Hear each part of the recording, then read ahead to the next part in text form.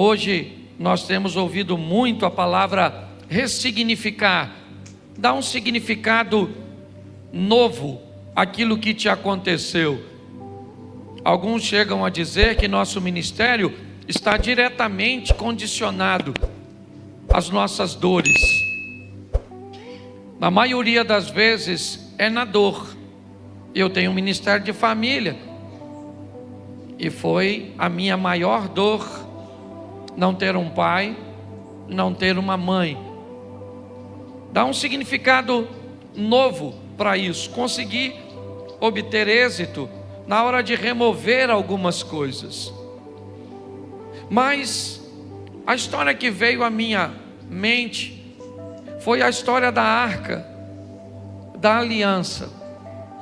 E como num período as pessoas tiveram tanta dificuldade para removê-la, para mudar essa arca de lugar. E eu quero mostrar algumas coisas que tocaram o meu coração de uma forma profunda, e eu acho que dá uma bela aplicação para essa noite. Primeiro livro do profeta Samuel, capítulo de número 2, verso 12. Eu queria que você, vai ser uma palavra pequenininha. Eram, porém, os filhos de Eli, filhos de Belial, e não conheciam ao Senhor. Porquanto o costume daqueles sacerdotes com o povo era que, oferecendo alguém algum sacrifício, vinha o moço do sacerdote, estando se cozendo a carne com um garfo de 3 dentes em sua mão, dava com ele na caldeira ou na panela ou no caldeirão ou na marmita, e tudo quanto o garfo tirava, o sacerdote tomava para si. E assim faziam a todo Israel que ia ali a Siló. Também, antes de queimarem a gordura, vinha o moço do sacerdote e dizia ao homem que sacrificava: dá essa carne para assar ao sacerdote, porque não tomará de ti a carne cozida, senão crua. Dizendo-lhe o homem: queime primeiro a gordura de hoje, e depois toma para ti quanto desejar a tua alma. Então ele lhe dizia: não, agora a hás de dar, e se não, por força a tomarei. Feche os seus olhos. Senhor nosso Deus e Pai, em nome de Jesus, eis aqui a tua palavra. Continua falando conosco e usa-me como um canal de bênção, pelo poder do nome de Jesus. Você pode dizer amém? Amém. Preste atenção. O texto narra um momento onde as pessoas estão indo oferecer sacrifícios ao Senhor. E 2 sacerdotes, Ofni e Finéias, os filhos de Eli, exercem um nível de autoridade tão grande que aqueles indivíduos que estão sacrificando precisam se submeter a esses 2 rapazes. E qual era o problema desses rapazes? A quebra de princípios. Eles estão querendo provar e ter coisas que Deus não autoriza. Pelo menos que seja feito antes dele. Eu não sei se você reparou, mas o homem responsável, ele está dizendo para Ofni e para Finéias: vamos fazer o seguinte, cara. Primeiro vamos oferecer ao Senhor, vamos colocar Deus em primeiro lugar, e depois que estiver resolvido as questões com Deus, aí você pega o que você quiser. Ele disse: não, não é assim que eu quero segundo o meu modelo. Ou você me dá o que eu estou pedindo, ou eu vou pegar a força. E assim era a vida desses 2 rapazes.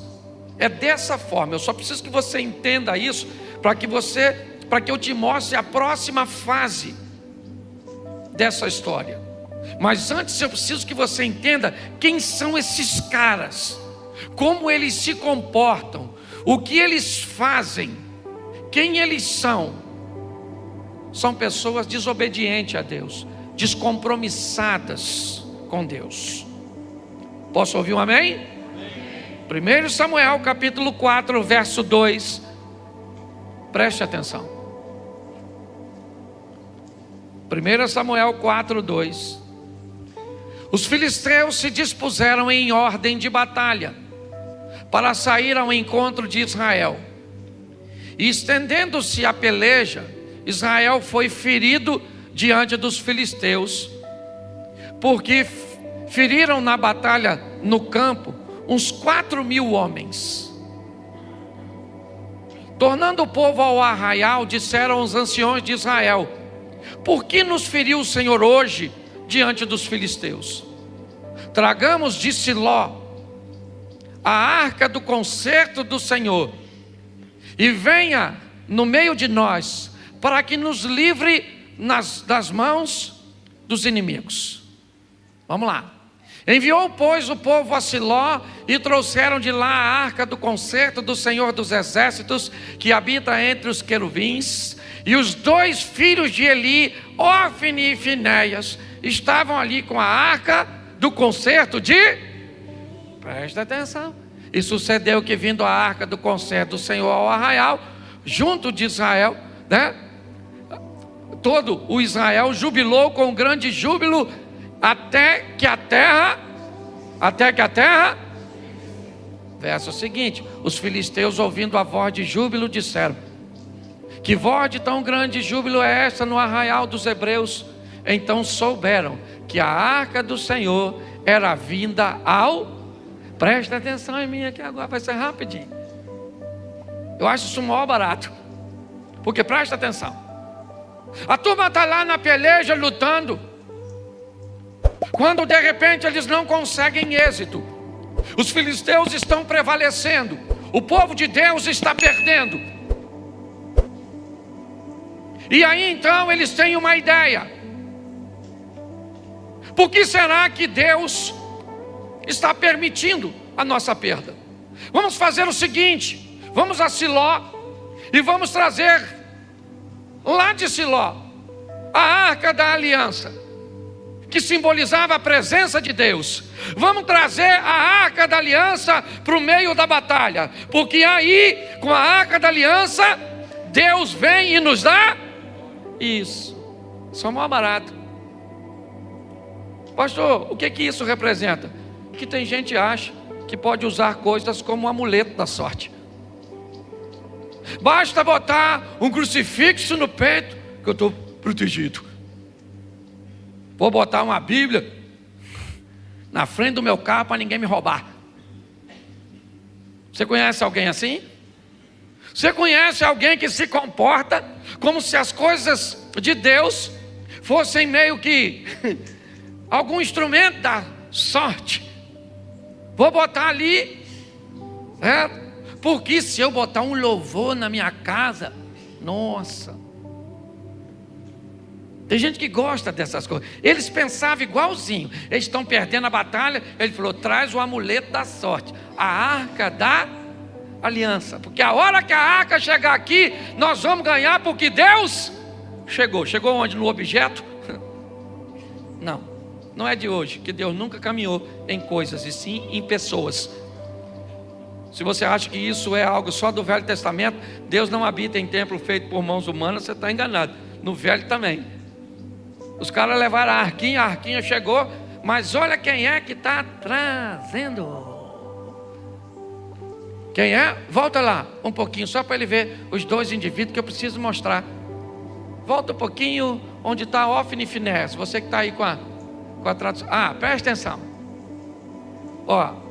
Os 2 filhos de Eli, Ofni, estavam com o amuleto da sorte. Eram os 2 caras. Eles estão trazendo a arca, representa a Deus, sim ou não? Sim ou não? Mas quem é que está trazendo? Os 2 não cegos. O Zé Ruela. do desobediente. Mas Deus não está ali, está na arca. Tanto está na arca, que quando o júbilo se estendeu, quando o povo viu, se alegrou com a presença da arca, a Bíblia diz que a terra estremeu, e o povo falou: ganhamos. Só que deu ruim, irmão. O negócio não deu para ganhar, não. Volta aí. Vai para o verso seguinte. Pelo que os filisteus, olha que maneiro, quando a arca chegou, os filisteus se atemoriam, porque diziam: Deus veio ao... E diziam mais, o que os filisteus, presta atenção, filisteu, vamos tratar aqui os incrédulos, aquela turma que vivia na idolatria. O que os filisteus disseram? Ai de, que tal, eles nunca tinham visto aquilo, a terra estremecendo, era um negócio amedrontador. Mas olha o que os filisteus disseram: ai de nós, quem nos livrará da mão desses grandiosos deuses? Esses são os deuses que feriram os egípcios com todas as pragas junto ao... Vamos embora. Esforçai-vos e sede homens, ó filisteus, para que porventura não venhais a servir aos... como eles serviram a vós. Sede, pois, homens. E essa frase indica que os caras estão dizendo: aí, rapaziada, nós estamos lascados mesmo, e pelo menos nós vamos morrer lutando, porque o Deus deles é o Todo-Poderoso, que deu vitória a eles sobre os egípcios, e nós, isso aqui é praticamente uma sentença de morte. Vamos morrer, mas vamos morrer lutando. Eu acho isso tão interessante, ver o incrédulo acreditando mais em Deus que alguns crentes. Os caras estão dizendo: nós vamos morrer, mas nós vamos morrer lutando, porque o Deus desses caras o Deus desses caras é bom. E vamos embora para frente, vamos morrer. E eles vão lutar para morrer. Eu gosto disso, ó. Então pelejaram os filisteus, e Israel foi... Os caras não perderam, os caras ganharam e fugiram, cada um para a sua. E foi tão grande o estrago que caíram de Israel 30.000 homens de pé. Verso seguinte, eu leio bastante aqui porque o pessoal quase não lê em casa. E foi tomada a arca e os 2 filhos morreu, o Ofni e o Finéias. Morreram. Isso é legal. O pastor está falando que os caras morreram e é legal? Não, eu estou dizendo que a postura deles precisa morrer. A postura de nós, quando não temos compromisso com Deus, achamos que Deus não está em primeiro lugar, que as coisas de Deus não devem ser examinadas com carinho, com respeito, com exatidão. Quando queremos abrir algumas concessões para viver o que Deus tem para nós, o Ofni e o Finéias morreram. E aí o pessoal volta para avisar, que eu não posso ler tudo também, só ler o restante de casa. Voltaram para falar do Eli, o pai dos 2, e falou: seus filhos morreram e roubaram a arca, o amuleto foi embora. Aí o Eli virou para trás assim, quebrou o pescoço, morreu também. Terceiro morrendo. Note que até o presente momento não morreu nenhuma mulher. Agora que vai morrer a mulher do Finéias, que está grávida, entra em trabalho de parto, morre. Note que é 3-1. 3 homens morrendo para uma mulher. A estatística continua até hoje. Eu fui esse dia num trabalho de terceira idade, tinha 40 viúvas e 3 viúvos. Eu voltei para casa doido, falando: aqui em casa você morre primeiro. Olhe para mim, preste atenção aqui. Dá uma olhadinha nessa história. Por quê? Porque a arca da aliança foi tomada, e agora ela está de posse dos filisteus. Os filisteus falando: se a gente já estava ganhando sem a arca, imagine com a arca. E leva a arca. Sabe o que eu acho engraçado? É que eles não tinham nenhuma noção de como deveriam carregar a arca.